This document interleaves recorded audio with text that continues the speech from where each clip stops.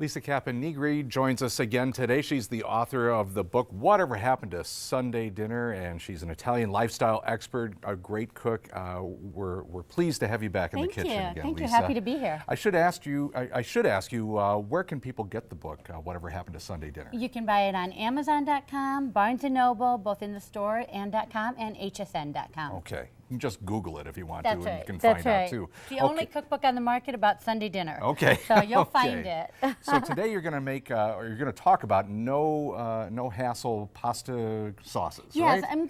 I'm actually featuring no-cook pasta sauces today. Okay, well because to me that's no that's hassle. no hassle. You're right. You're Okay. right. You know, I'm half Sicilian and half Neapolitan, and Okay. so I'm Southern Italian, where it's very hot all year round, specifically in the summer. But we love to eat our pasta all year round, and who doesn't? Right. But in the summer, you don't want to be in front of a hot stove making a big pot of sauce. Exactly. So, being very creative cooks, Southern Italian women, we come up with all of these wonderful things. For example, the first pasta that we have, this is very popular. This is my daughter Felicia's favorite dish, Okay. and this is called pasta alla chicca.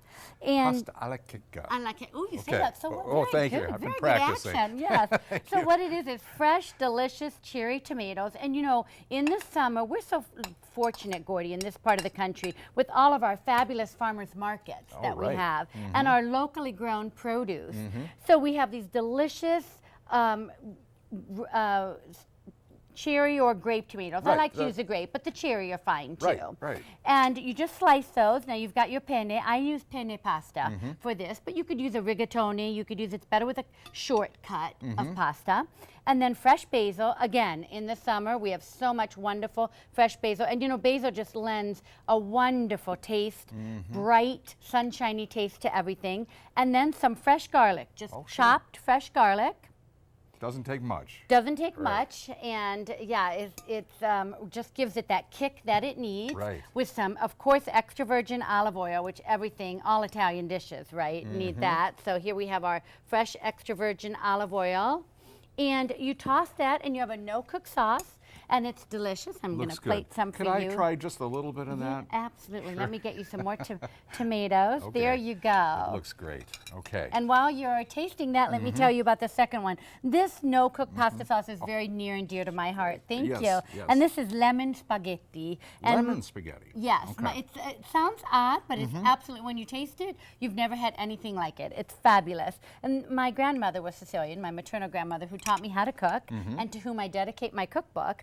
And in, you know, the island of Sicily, it's just plentiful with lemons and oranges. We're a citrus island. And so this is just spaghetti made with lemon zest. So you just zest some fresh lemons. Okay. And we have a little bit of lemon juice. And then, once again, the king of all cheeses. You can never have too much. Bring on the Parmesan, That's right. Yes. Parmigiano Reggiano. Again, we're so fortunate to be able to find all of these things locally. We have wonderful Italian stores locally, or supermarkets, to get our Parmigiano. We might want to add a little bit more of the olive oil. And it's just a refreshing, delicious, simple dish. The great thing about my cookbook, because I emphasize Sunday dinner and cooking together, there's something like this that even a child can assemble. Yeah, not hard to make at all. Right.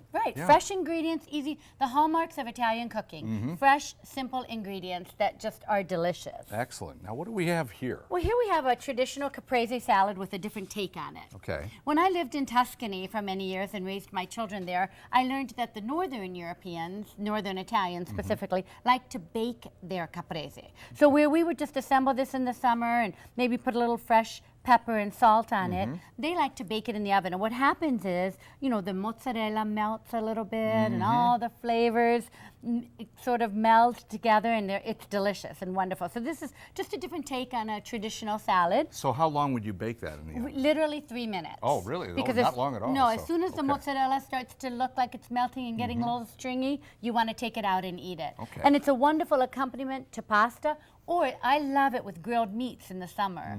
Sounds like great. grilled chicken. So it's very simple. Again, anybody can assemble that. Okay. And now, Who doesn't love dessert? I love dessert.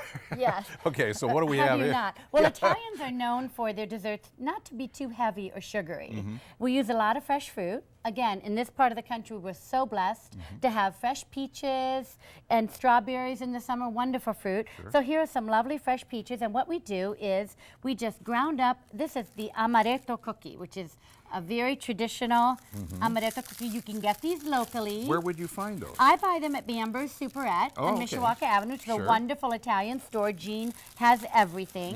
And this is how they come. They're just crunchy, delicious little cookies. Okay. You might want to eat one of those. Oh, Pat. sure, I'll test it out. Sure. And it's made from amaretto, which is like the liqueur, amaretto di Saronno, which Sure. is almond based. So what I do is I grind up the cookies with a little bit of sugar, fill the half peaches that I've pitted, and then I just drizzle a little bit of amaretto di Saronno over it. And then after we drizzle this, we bake it just till the peaches get kind of soft. As you can see, they're just soft and delicious. Sure.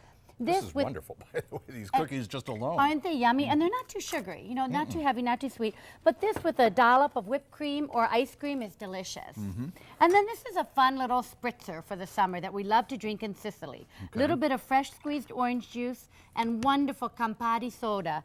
Campari soda is ginger based. Okay. And it's actually a very good digestive also after you've eaten a big Italian meal. And then who doesn't love San Pellegrino, the famous Italian mineral water? Sure. And it's just a wonderful look. First of all, it's a beautiful color, but it's just a wonderful, refreshing drink for the summer. Looks There you good. go. Thank Well, you. It's a should spritzer. Make one for yourself so Oh, you can I would join love me in to. a drink. Thank you. That's a great idea. This is terrific. I never say no to a drink. Okay. Well, Lisa, it's great to have you here Thank again. you, Gordy. People can also find you at the Home Shopping Network, I right? am. I do have a show on the Home Shopping Network called Lisa's Italian Kitchen on Monday nights. Okay. And I feature menus from my cookbook. So Yes. it's great fun. And the book is Whatever Happened to Sunday Dinner. And Yes. Lisa, it's always a pleasure to have Thank you you. here. Salute. Salute. Thank you for having me. Thank you for being here. We'll be back right after this.